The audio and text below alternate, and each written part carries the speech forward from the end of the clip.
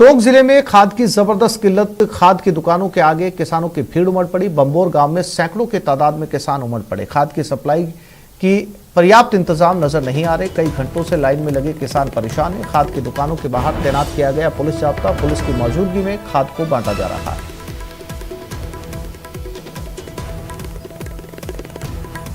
तो खाद लेने आए यहाँ सुबह से 5 बजे बैठे हैं यहाँ पे, और कोई काम पे भी जाते हैं लोग तो परेशानी आती है। अब आज ही खोटी हो गई, खाद नहीं मिला, कल की खोटी हो जाएगी, कल मिलेगा। तो अब यहाँ देखो लाइन भी बनी नहीं हुई है, पीछे से लाइन बन रही है, तो यहाँ इकट्ठे होकर खड़े हैं। ऐसे लाइन खाद थोड़ी मिलेगा। अब यहाँ कुछ सिस्टम है ही नहीं। अजी पाउडर ला रहा क्यों दे रहे थे खाद की? इन्हें काय काम में लेला में पेरियन नैनो यूरिया छोटी छोटी चीजें काय काम के दे रहे थे। 4-5 जगह कट्टा दे रहे थे, हमारे 500 कट्टा पड़ रही थी, काय बेलू चिया। ये 270 की रेट का कट्टा 400 रुपए में दे रहे हैं। आपको कितना खाद चाहिए, कितना मिल रहा है, कब से खड़े हो, क्या समस्या आ रही है? सर सुबह 7 बजे के खड़े हुए हैं, लाइन में लग रहे हैं। इसके बाद में बहुत से आदमी आगे हमारे आगे लग गए और उनको मिल गया और हमको नहीं मिला। 400 रुपए में भी नहीं मिल रहा।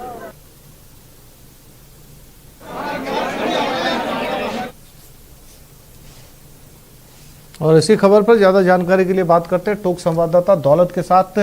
दौलत, खाद की किल्लत को लेकर ये तस्वीरें सामने आई है। पुलिस जाब्ते को बुलाना पड़ा है, लेकिन क्या पुलिस जाब्ते के मौजूद रहने के बाद भी सभी किसानों को खाद बांट दी जाएगी? आसिफ, आपको बताना चाहूंगा कि खाद सभी किसानों को दौलत, आवाज मिल रही है मेरी? बिल्कुल आपकी आवाज आ रही है। कोशिश की जा रही है खाद सभी किसानों को बांटने की, लेकिन सभी किसानों को खाद मिल नहीं सकती, क्योंकि किसान है वो बहुत ज्यादा संख्या में है, खाद है वो बहुत थोड़ी संख्या में है। कुल मिलाकर के पुलिस की व्यवस्था की गई है कि हुड़दंग ना मचे, कुछ भीड़ है वो उग्र ना हो, उसके लिहाज से व्यवस्था की गई है।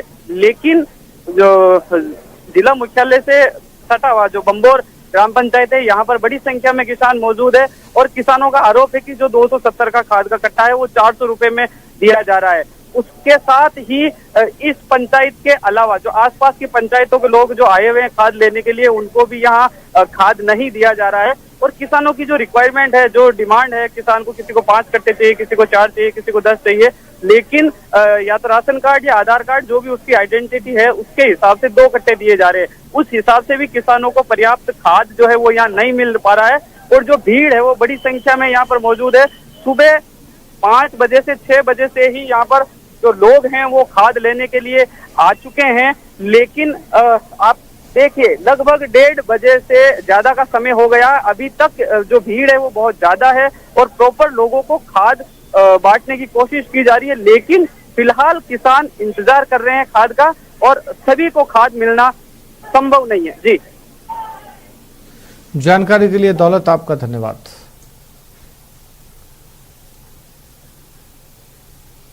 और जयपुर में एक महिला ने दिखाई बहादुरी। महिला ने लुटेरों को पकड़ लिया। महिला के हाथ से मोबाइल छीनकर भाग रहा था। एक बदमाश को पुलिस को सौंप दिया गया, दूसरे को पकड़कर पुलिस के हवाले कर दिया गया। शिप्रा पथ इलाके में यह वारदात हुई है।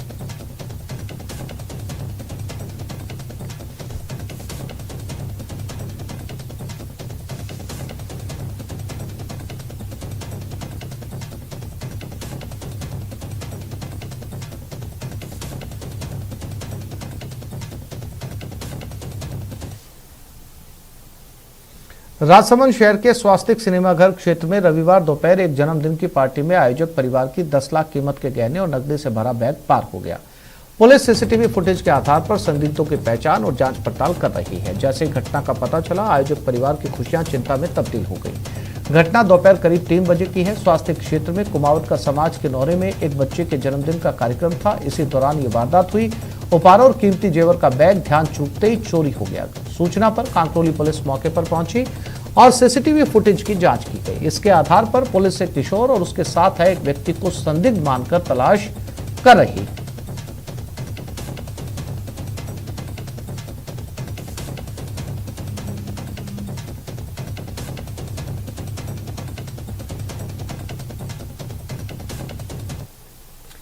कोटा में कोचिंग करने वाले अपने बेटे से मिलने आए हैं। यूपी के एक व्यक्ति की ऑटो में बैठने के बाद जेब काट ली और 30,000 रुपए पार कर लिए गए। ऑटो चालक समेत अन्य बदमाशों ने मिलकर वारदात को अंजाम दिया और फरार हो गए। ऑटो चालक ने ऑटो खराब होने का बहाना बनाकर यात्रियों को बीच राह में उतार दिया। इसके बाद पीड़ित ने विज्ञान नगर थाने पहुंचकर शिकायत दर्ज करवाई। जानकारी के मुताबिक ऑटो में साथ में बैठे 2 बदमाशों ने ब्लेड से कट लगाकर जेब में रखे रुपए निकाल लिए। आरोप है कि इन दोनों से ऑटो चालक मिला हुआ था और चोरी के आरोपियों को थोड़ी दूरी पर उतार दिया था।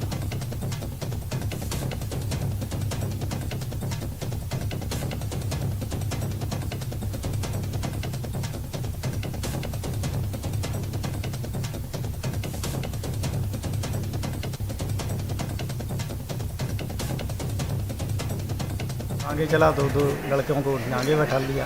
उसके बाद उसने आगे चल के वो गवर्नमेंट कॉलेज के पास 2 सवारियों को उतार दिया। थोड़ा आगे चला तो उसने कहा हवा में टायर में हवा कम है तो वो आप लोग पीछे आ जाइए। लड़के आगे बैठे थे तो वो लड़कों को मेरे बगल में बैठा दिया और टेम्पू का झटका जोर जोर से मारा उसने 2-4 बार। तो बोला इसमें हवा कम हो रही है, आप ज़रा खिसक जाइए इनके बगल में, टायर निकल जाएगा, इसका बोर्ड निकल जाएगा। अंकल जी आप इसको एंगल को पकड़ लो। तो मैंने जब उसमें झटका लगा तो मैंने एंगल भी पकड़ा और 100 कदम नहीं चल पाए होंगे। उसने कहा कि वो निकल गया बोल्ट, आप उतर जाइए। और दौसा जिले की बांदीकुई जीआरपी ने दरअसल बीती रात हिसार से जयपुर जा रही फास्ट पैसेंजर ट्रेन में एक युवक टीसी के वेश में आकर यात्रियों की टिकट जांच करने लगा। जिन यात्रियों के पास टिकट नहीं था उनसे जुर्माने के रूप में अवैध वसूली करने लगा। जैसे कुछ यात्रियों को टीसी पर शक हुआ तो उन्होंने आई कार्ड मांग लिया। इसके बाद वो टाल मटोल करने लगा तो लोगों ने टीसी की पिटाई कर दी। इसके बाद यात्रियों ने फर्जी टीसी को बसवा स्टेशन पर स्टेशन मास्टर के सुपुर्द कर दिया, जहां से जीआरपी पुलिस ने आरोपी फर्जी टीसी राहुल को गिरफ्तार कर लिया।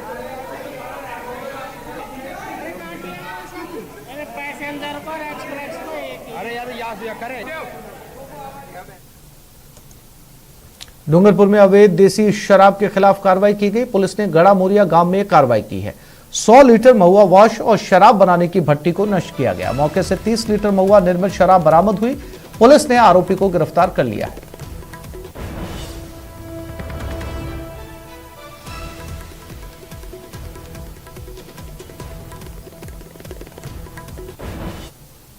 और प्रदेश में जल्द होने वाली 1765 चिकित्सा अधिकारियों की भर्ती परीक्षा की पात्रता शर्तों को संशोधित करने की मांग को लेकर अजमेर में इंटर्नशिप कर रहे 150 डॉक्टर्स ने मुख्यमंत्री के नाम मेडिकल कॉलेज प्राचार्य को ज्ञापन सौंपा है। प्रदेश में 2017 बैच के करीब 4000 इंटर्न डॉक्टर्स इस मांग को लेकर सीएम और चिकित्सा मंत्री से गुहार लगा रहे हैं। इंटर्न डॉक्टर का कहना है कि कोरोना के चलते उनकी इंटर्नशिप अवधि में थोड़ा विलंब हुआ है। इसके चलते उनकी इंटर्नशिप अगले साल मार्च महीने में खत्म होगी, जबकि भर्ती पात्रता में शर्त रखी गई है कि आवेदन के समय स्थायी पंजीकरण दिया जाए।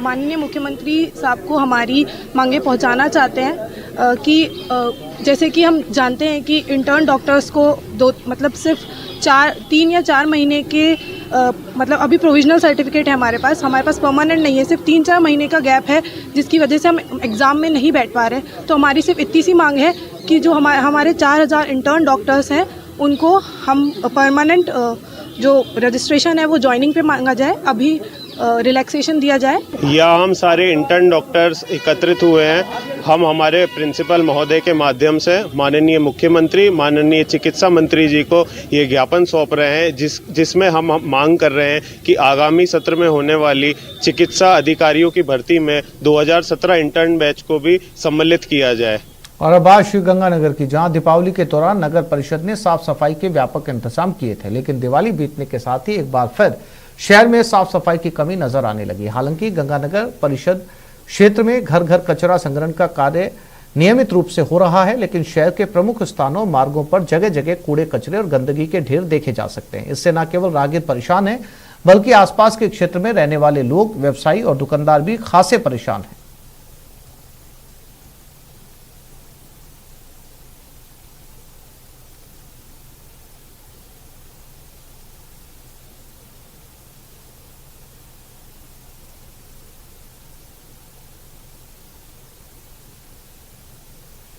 दिवाली का त्योहार बीते हुए बमुश्किल 4 से 5 दिन ही हुए हैं, लेकिन उसके बाद श्री गंगानगर शहर की साफ सफाई की जो व्यवस्था है वो पूरी तरह से बेपटरी हो गई है। श्री गंगानगर में दिवाली से ठीक पहले अक्टूबर के पहले सप्ताह के दौरान जहां स्वच्छता सर्वे 2022 का परिणाम घोषित किया गया था, उसमें श्री गंगानगर नगर परिषद को जो रैंकिंग मिली थी पूरे देश में 369वीं मिली थी, जबकि प्रदेश के 29 शहरों में 25वां स्थान श्री गंगानगर नगर परिषद का रहा, जो बेहद ही निराशाजनक प्रदर्शन श्री गंगानगर नगर परिषद का रहा। हालांकि दिवाली के दौरान एक बार फिर से नगर परिषद और नगर परिषद के कार्मिकों के द्वारा सफाई व्यवस्था को लेकर संजीदगी दिखाई गई और शहर की सफाई व्यवस्था एक तरह से पटरी पर लौटती हुई दिखाई भी दी। लेकिन दिवाली का त्यौहार बीत जाने के बाद एक बार फिर से शहर की साफ सफाई की जो व्यवस्था है पूरी तरह से चौपट है। अभी से हम श्री गंगानगर के नेहरू गार्डन के पास ही मौजूद है। यदि हम आपको यहाँ का नजारा दिखाएं तो आप ये देखिए, ये BSNL का ऑफिस और BSNL के ऑफिस के ठीक पीछे केंद्रीय यानी कि रोडवेज बस स्टैंड है और इसके साथ ही यहाँ पर नेहरू गार्डन की दीवार है और साथ में अपोजिट में गर्ल्स कॉलेज है, जो कि गोविंद देव गुरु नानक गर्ल्स कॉलेज और स्कूल है। अब गंदगी का आलम आप यहाँ पर ये देखिए तो देखिए श्री गंगानगर के नेहरू पार्क से लगता हुआ ये हिस्सा है। आप दीवार के साथ साथ यदि आप देखेंगे तो चारों तरफ गंदगी पसरी हुई है। दिन भर लोगों का यहाँ हजारों लोगों का यूँ कहें कि आना जाना होता है और उनको काफ़ी परेशानी होती है। हमारे साथ कुछ यहाँ के स्थानीय लोग हैं, उनसे भी बात करने का प्रयास करेंगे कि इस गंदगी से वो कितना परेशान हो रहे हैं और क्या गंदगी के लिए कोई साफ सफाई करने आता भी है या नहीं आता। आप क्या कहना चाहेंगे जी, कोई साफ सफाई होती भी है कि नहीं होती है? नहीं होती है साहब। अच्छा, बिल्कुल नहीं होती। यहाँ तो कभी कभार आता है, महीने में से में कोई एक आधा दिन आता है, नहीं तो नहीं आता। तो अभी तो मच्छरों का सीजन चल रहा है, यहाँ तो खड़ा होना ही मुश्किल हो रहा है। मच्छर बहुत मोटे मोटे है जी, जब वो एक बार डंक मार लेता है तो सीधा डेंगू ही होता है। अब आप कैसे मतलब देखते हैं साफ सफाई को? यहाँ तो खड़ा होना ही मुश्किल हो रहा है। आते रहते हैं हम तो सब यहीं बैठे रहते हैं टेम्पो स्टैंड पे। अच्छा, तो ये तो उठाते नहीं, महीना लग जाता है कचरों में। आपके सामने पड़ा है सारा जुगाड़, महीना लग जाता है। क्या दिक्कत है? आपके सामने हो रहा सारा। आप कैसे मैनेज करते हैं? कभी शिकायत नहीं करी क्या सिस्टम से? शिकायत है कई बार, ये नगर परिषद वालों को कई बार बोला हुआ है, जो यहाँ पे वो अफसर आते हैं ना, जो हाजिरी वगैरह लगाते हैं, उनको भी कहा हुआ है। अच्छा, अब ये रात में डाल जाते हैं कचरा। मेरी ये चाय की दुकान है ये, और ये रात को ही डालते हैं कचरा ये। तो आप जब शिकायत करते हो तो साफ सफाई होती है कि नहीं होती है? होती है, एक आध बार हो गई, दिवाली से पहले हुई है, उसके बाद नहीं हुई है। उसके बाद नहीं हुई है। उसके बाद नहीं हुई है। हालात तो बहुत बेकार है। बहुत ज़्यादा सर। यहाँ पे डेंगू नाम की खतरे की बीमारी है, जिससे मौत की घाट के असर पे खड़े हैं। ये यहाँ पे कितनी पब्लिक आना, आधा गंगानगर आता है, ग्रामीण क्षेत्र आते हैं यहाँ पे, फिर कोई ध्यान नहीं देते यहाँ पे। अशोक शर्मा, न्यूज़ 18 श्री गंगानगर।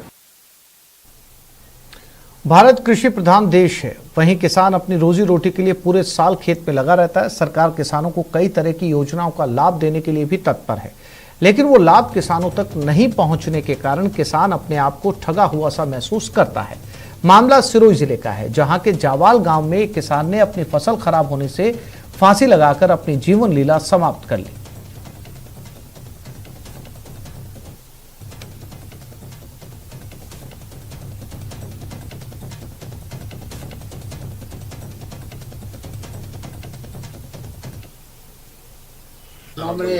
धंडू के जावाल में देखो हिलमन के कोई लाइट डीजे बदारी है इसने देखो राइला बगड़िया सब बहुत दिन बनी कुछ ऑपरेशन वे न कोई मनन तो कीस ने न बनी पाव खा दो। अच्छा, जब लाइट आपकी नहीं थी। अब कलेक्टर को ज्ञापन भी देने गए थे किसान लोग? हाँ, सब सरकार आई तो पुलिस वाला सब आइया था बटे मौका माते, बाकी तो के लाइट बदारी कोई बदारी की दिन नहीं है। कोटा के महावीर नगर इलाके में निजी स्कूल के आसपास मौत का पर्याय बनकर घूम रहे पैंथर की एक और लाइव तस्वीर सामने आई है। गनीमत रही कि पैंथर स्कूल में नहीं घुसा, वरना कोई अनहोनी हो सकती थी। एक और सीसीटीवी फुटेज आने के बाद निजी स्कूल की सुरक्षा व्यवस्था बढ़ा दी गई है। स्कूल के गेट के पास 3 अतिरिक्त सुरक्षा कर्मियों को तैनात किया गया है।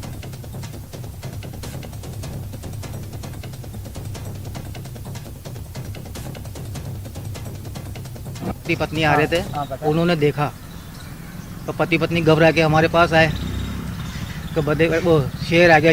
मैंने कहा शेर वगैरह तो होता नहीं है, नहीं कोई जानवर होगा। नहीं, बड़ा जानवर था, लेकिन हमने क्या उस समय विश्वास नहीं किया, क्योंकि हमारे यहाँ पे बंदर वगैरह भी रहते हैं, कूदते रहते हैं। लेकिन हमने सीसीटीवी में देखा तो उस समय वो नज़र आया, जैन गली से निकल के रोड पे घूमता हुआ और वापस बस के नीचे आता हुआ। उसके बाद वो पति पत्नी को सामने ही निकल के पानी में। प्रदेश बीजेपी में इस समय ऑल इज वेल नहीं है। पूर्व मुख्यमंत्री वसुंधरा राजे 2 दिवसीय राजसमंद दौरे के दौरान बीजेपी की गुटबाजी एक बार फिर खुलकर सामने आ गई। हालांकि वसुंधरा कैंप के नेता इस पूरी यात्रा को धार्मिक बताते हुए बचाव करते हुए नजर आए, लेकिन राजसमंद जिला बीजेपी कार्यकारिणी के नेताओं ने जयपुर से मिले निर्देश के बाद वसुंधरा राजे से दूरी बनाना ही मुनासिब समझा।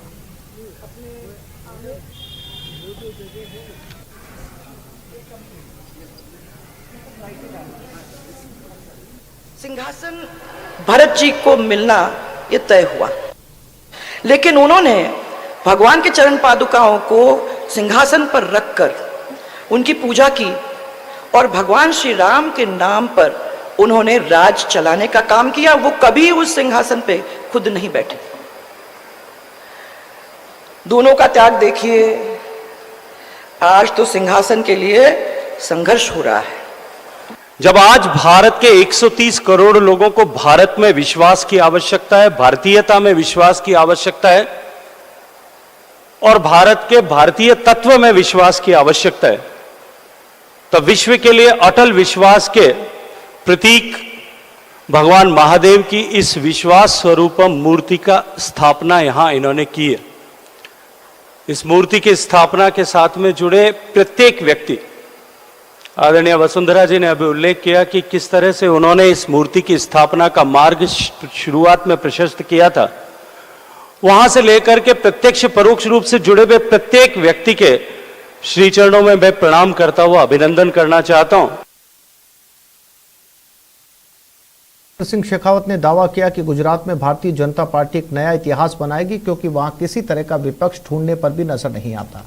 मुख्यमंत्री अशोक गहलोत के गुजरात में भी राजस्थान मॉडल स्थापित करने के सवाल पर शेखावत ने पूछा कि राजस्थान का कौन सा मॉडल स्थापित करने की चर्चा वो कर रहे हैं। राजस्थान का जो गवर्नेंस मॉडल है वो दुर्भाग्यपूर्ण है। केंद्रीय मंत्री ने कहा कि राजस्थान में जिस तरह की कानून व्यवस्था की स्थिति है और जिस तरह के हालात हैं, भ्रष्टाचार से बलात्कार, सब कुछ इंस्टीट्यूशनलाइज्ड हो चुका है।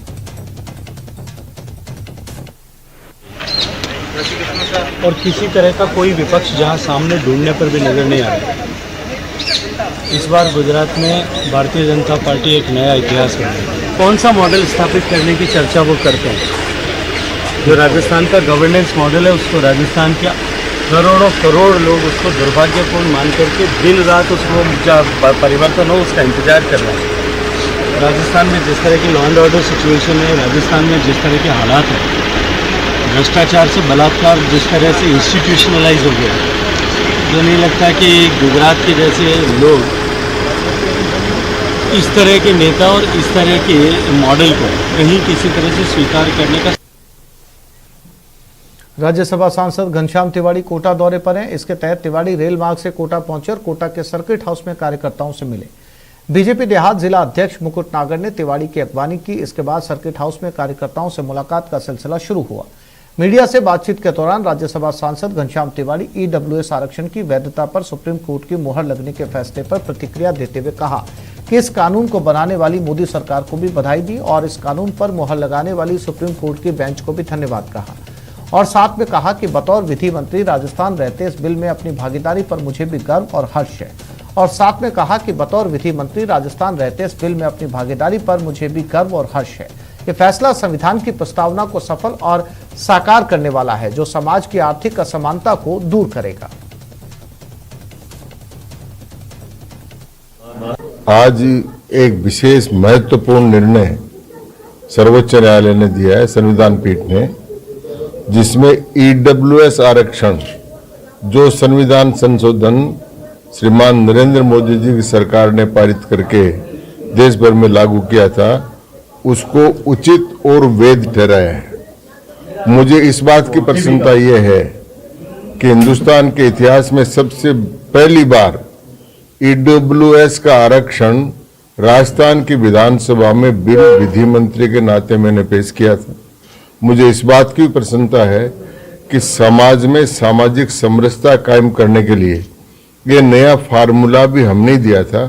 हमने कहा था कि अनुसूचित जाति के आरक्षण को कायम रखते हुए, जनजाति के आरक्षण को कायम रखते हुए, ओबीसी के आरक्षण के कायम रखते हुए, ब्राह्मण, क्षत्रिय, वैश्य, कायस्थ या जितने भी वंचित वर्ग हैं, उनके गरीब बच्चों को प्रियम्बल ऑफ द कॉन्स्टिट्यूशन के हिसाब से, जिसमें कहा गया है कि जस्टिस, इकोनॉमिकली जस्टिस सोशली और जस्टिस पॉलिटिकली। तो पॉलिटिकल जस्टिस हो गया जब हमने शेड्यूल कास्ट और शेड्यूल ट्राइब को एमएलएज, एमपीज और पंचायतों में। और पीसीसी चीफ गोविंद सिंह डोटासरा झुंझुनू के चिड़ावा दौरे पर रहे। उन्होंने चिड़ावा में एक शादी समारोह में शिरकत की। गोविंद सिंह डोटासरा ने शादी में शिरकत करने के बाद पत्रकारों से बातचीत करते हुए कहा कि भारत जोड़ो यात्रा राहुल गांधी जिस उद्देश्य से निकाल रहे हैं उसको जानना जरूरी है। पिछले 8 सालों में देश में नफरत, डर, बेरोजगारी, महंगाई को लेकर कोई सुनने वाला नहीं है। इतनी लंबी यात्रा देश में पहली बार निकल रही है। उन्होंने केंद्र सरकार पर निशाना साधते हुए कहा कि प्रधानमंत्री नरेंद्र मोदी को सुशासन को लेकर यात्रा निकालनी चाहिए।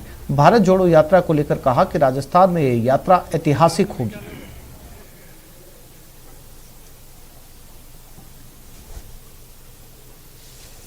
यात्रा राहुल गांधी जी किस उद्देश्य के लिए निकाल रहे हैं, उद्देश्य देखना पड़ेगा आपको कि जो 8 साल में देश में नफरत फैला है, जो डर का माहौल है, जो बेरोजगारी है, जो महंगाई है, उन सब की कोई सुनने वाला नहीं है। तो एक यात्रा के माध्यम से इतनी लंबी यात्रा देश में पहली बार निकल रही है और मोदी जी में हिम्मत है तो उनको भी निकालनी चाहिए। वो सुशासन के लिए निकाले, अगर सुशासन उन्होंने दिया है तो मैं समझता हूं कि ये यात्रा राजस्थान में ऐतिहासिक होगी। 3 दिसंबर के लगभग हमारी यात्रा है। हमारे जो मंत्री वगैरह हैं वो संगठन के लोग हैं, उस यात्रा के रूट को चेकआउट कर रहे हैं और कल मैं जाऊंगा। और लाल बहादुर शास्त्री जी के पोते हैं, वो इसके कन्वीनर हैं, तो वो कल आएंगे। हम 2 दिन उनके साथ में विचार विमर्श करेंगे, प्लानिंग करेंगे आगे की। और लाखों लोग राहुल गांधी जी के स्वागत में इस यात्रा के माध्यम से जुड़ेंगे। तो इस बुलेटिन में फिलहाल इतना ही। नमस्कार।